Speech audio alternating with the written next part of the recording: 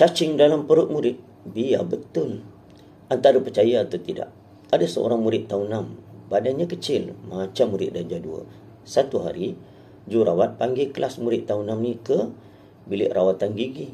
Jururawat ni marah salah seorang murid. Murid yang badan kecil ni. Kenapa kamu darjah 2 masuk barisan darjah 6? Pergi balik kelas. Jururawat tu marah. Tak, saya darjah 6. Ini kelas saya. Terkejut jururawat itu.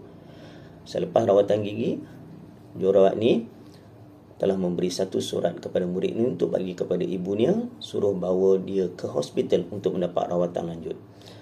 Dipendekkan cerita, terkejut doktor yang merawat murid ini apabila mengetahui ada 4 ekor cacing dalam perut badan murid ini. Patutlah badannya kecil, rupanya apa yang dia makan, cacing yang makan. Akhirnya, doktor ni pun telah memberi 4 biji ubat untuk dimakan oleh murid ini, 1 hari 1 biji. Setelah dia makan, sakit perut, esok cacing ni pun keluar seekor. Murid ni terkejut.